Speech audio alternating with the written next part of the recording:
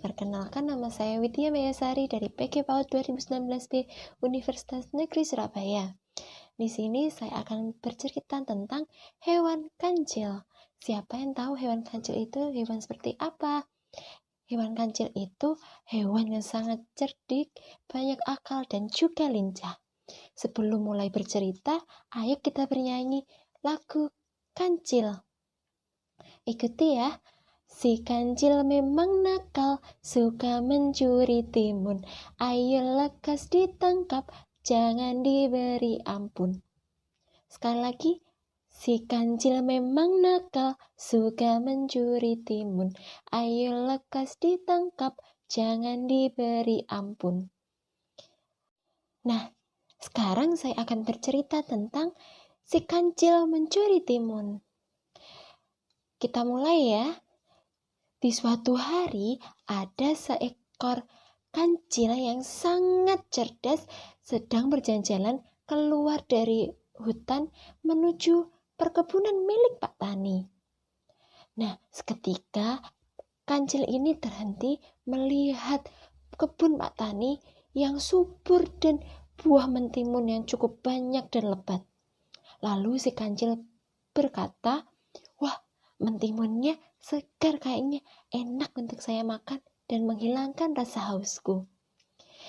Bergegaslah si kancil ini mendekati kebun mentimun sambil mengamati sekitarnya.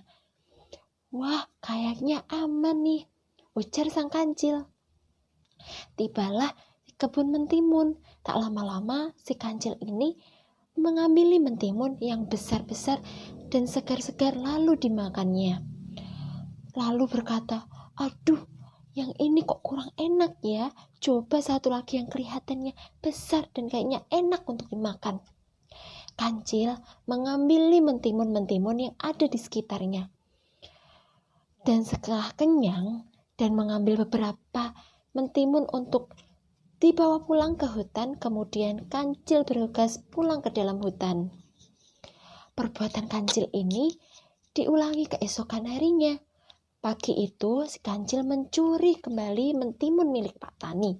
Kemudian berkata, "Aku punya tempat makanan banyak, jadi tidak usah capek-capek lagi mencari makanan kemana-mana.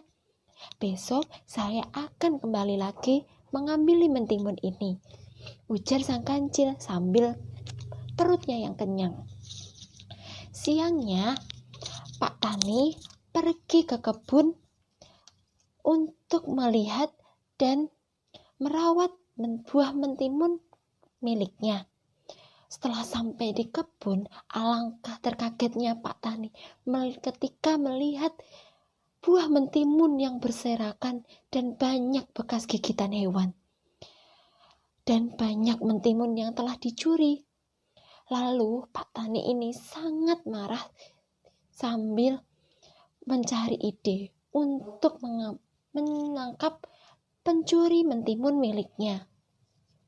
Sambil beristirahat, dia berpikir kembali bagaimana cara untuk menangkap pencuri mentimun. Lalu Pak Tani ini mendapatkan ide, yaitu dengan membuat orang-orangan sawah. Lalu berkata, "Mudah-mudahan berhasil besok saya tangkap kamu pencuri mentimunku," ujar Pak Tani sambil kesal sendiri. Maka dibuatkanlah boneka orang-orangan sawah. Keesokan harinya, si kancil datang lagi ke kebun milik Pak Tani. Sambil melihat dari kejauhan, "Loh, itu kayaknya Pak Tani. Kenapa pagi-pagi sudah ada di dalam kebun? Padahal hari-hari biasa tidak ada di pagi hari," gerutu si kancil sambil menyelinap masuk ke dalam mengawasi boneka Pak Tani tersebut. Setelah mendekat dan mengetahui bahwa itu bukanlah Pak Tani melainkan boneka orang-orang sawah, lalu kancil tertawa sendiri sambil berkata, "Hahaha, emang saya bodoh Pak Tani membuat boneka orang-orangan. Dia pikir saya dapat dibodohi. Saya kan kancil yang cerdik," ujarnya sambil mendekati kebun tersebut. Kancil memanglah cerdik, tetapi dia tidak mengetahui bahwa boneka tersebut telah dipasang lem yang cukup kuat untuk menangkap pencurinya. Dengan tenang, si kancil ini mendekati boneka sambil menendang-nendang boneka dan mengejeknya. Alangkah terkejutnya si kancil ketika kakinya tidak bisa melepas dari boneka. Lalu datanglah si Pak Tani ini. Dia memergoki hewan yang telah mencuri mentimunnya. Lalu berkata, "Hahaha, tamatlah riwayatmu. Aku telah menangkapmu, wahai pencuri mentimunku." Lalu si kancil ini dibawa pulang oleh Pak Tani untuk dimasukkan ke dalam kandang yang telah dibuatnya. Pulangnya si kancil ini tertangkap oleh Pak Tani dan dikurung. Di malam hari, kancil ini berpikir mencari cara untuk bisa kabur dari kurungannya. Si kancil yang cerdik ini kemudian mendapatkan cara untuk lolos dari kurungannya. Di malam itu, si kancil memanggil anjing untuk mendekatinya. "Hei anjing!" Lalu si anjing berkata, "Ada apa kamu manggilku? Jangan meminta saya untuk melepaskanmu dari kurungan itu, karena saya adalah anjing yang setia pada Pak Tani," ujar si anjing itu. Si kancil lalu berkata, "Siapa yang meminta kamu untuk mengeluarkan saya? Justru saya senang di sini dalam kurungan ini." Si anjing menjawab, "Dasar kancil bodoh, dia senang dikurung, tahu besok akan dibuat sembelih untuk dimasak." Kancil menjawab, "Kamu salah anjing, saya dikurung bukanlah untuk disembelih, melainkan saya akan dinikahkan oleh anak Pak Tani yang cantik jelita."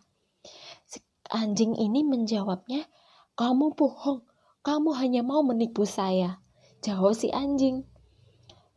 Si kancil lalu berkata, "Ya sudah, kalau kamu tidak mau mendapatkan anak Pak Tani yang cantik itu, biar aku aja yang menikahinya," sambil tertawa mengejek.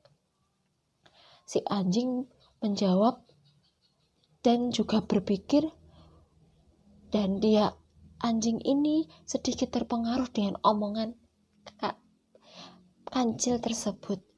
Lalu berkata, "Benarkah begitu? Besok kamu akan dinikahkan sama anak Pak Tani yang cantik itu?" bertanya sambil penasarannya. Si kancil menjawab, "Benarlah anjing," sambil merayunya. "Masa saya berani membohongi kamu, anjing yang besar dan kuat?" Lalu si anjing ini tidak sabar dan terperayu oleh ajakan si kancil. Lalu menjawab, "Ya sudah kalau begitu, tukar saya yang di dalam, kamu yang pergi cepat-cepat jauh dari sini." Maka bertukarlah dan dibukakanlah kunci kurungannya oleh anjing. Setelah anjing ini masuk ke dalam